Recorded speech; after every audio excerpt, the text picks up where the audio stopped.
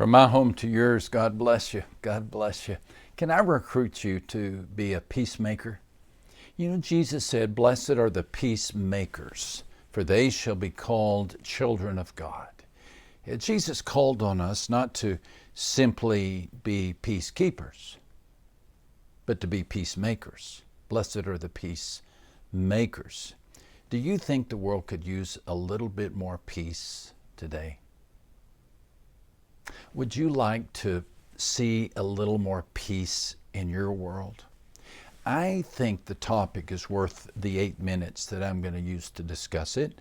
But if you can't spare the time, please post your prayer needs on the page before you slip out, and we'll make it a point to pray for you. But if you can stay around, I'd like to ask you a question. How would you rate the level of peace in our world, in our society? Wouldn't you agree that we're on edge, we're squared off, we lash out, we snap back, we take sides, we say things on social media that we'd never say in person?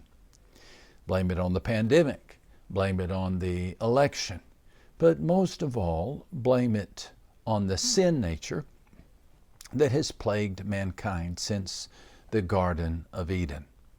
If, however, you are a child of God, you can be a peacemaker. You can be a peacemaker. Jesus, the Prince of Peace, lives in your heart. He lives in your heart. He is commandeering your life, and He's using you as a peacemaker. In fact, blessed are the peacemakers, they shall be known as children of God. That's a demonstration that you belong to God, that in the midst of a hostile environment, you can sow seeds of peace. The book of James says those who are peacemakers will plant seeds of peace. They'll plant seeds of peace and reap a harvest of goodness. Chapter 3 and verse 18. Do me a favor. Think about the people who make up your world. Think about the people who are a part of your life. Just kind of take a stroll through the gallery of faces that are significant to you.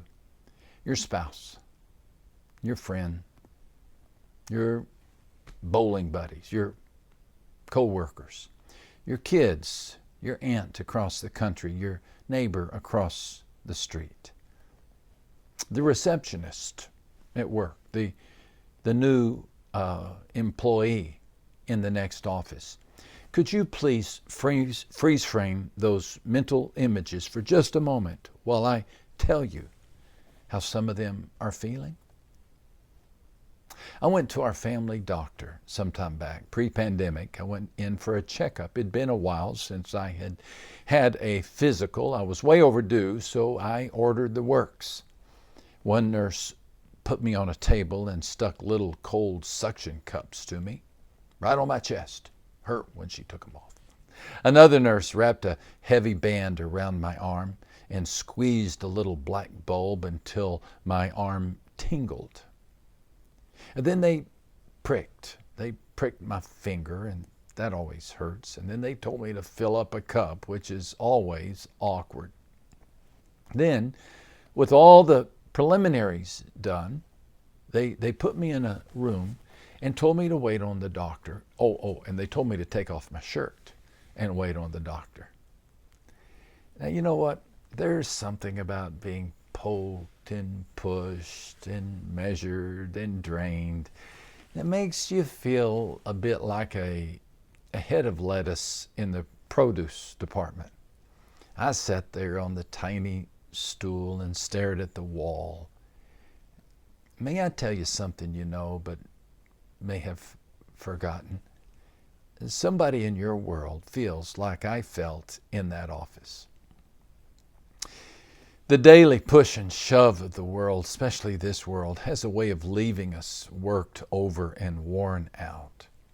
And someone, my friend, in your gallery of people is sitting on a cold aluminum stool of insecurity, clutching the backside of a hospital gown for fear of exposing what little pride he or she has left. And that person desperately needs a word of peace. And someone needs you to do for them what Dr. Jim did for me. Now, Jim, my doctor, Small town doctor in a big city. He still remembers names. He still keeps pictures of babies that he has delivered on his office bulletin board. And though you know the guy's busy, somehow he makes you feel like you are his only patient.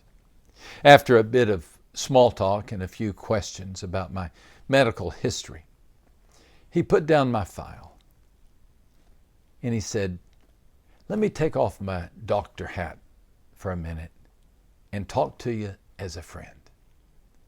Now the chat was brief, 5 minutes max, but it felt like forever. He asked me about my work. He asked me about my stress. He asked me about my family. He asked me about projects. He told me he thought I was doing a good job in ministry. And he always says how much he likes to read my books. Again, nothing profound, nothing probing.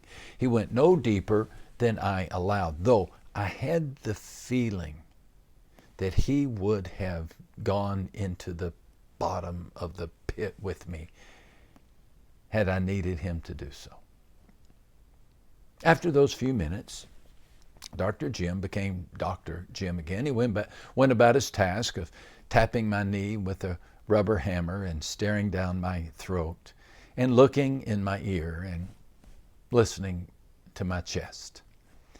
And when he was all done, as I was buttoning up my shirt, he took his doctor hat off again and he reminded me, don't carry the weight of the world on your shoulders, and be sure and love your family. Hug your wife. Love your daughters. Because when it all boils down to it, Max, you're not much without them. Thanks, Jim, I said. And he walked out as quickly as he'd come in. A seed sower in a physician's smock. You want to see a miracle? Plant a word of love, heart deep, in a person's life. Nurture it with a smile. Bless it with a prayer. And watch what happens. Watch what happens. An employee gets a compliment. A wife receives a bouquet of flowers. A cake is baked and carried down the street. A widow is called. A convenience store attendant is complimented. A preacher is praised. Sowing seeds of peace. It's kind of like sowing beans. You don't really know why it works. You just know it does. Seeds are planted, and topsoils of hurt are shoved away. Friend, never underestimate the power of a seed. God didn't. You know, when his kingdom was ravaged and his people had forgotten his name, he planted the greatest of seeds. Now, for a moment, it appeared that the seed would be stuck in the earth. For a moment, it looked like this rock was too big to be budged.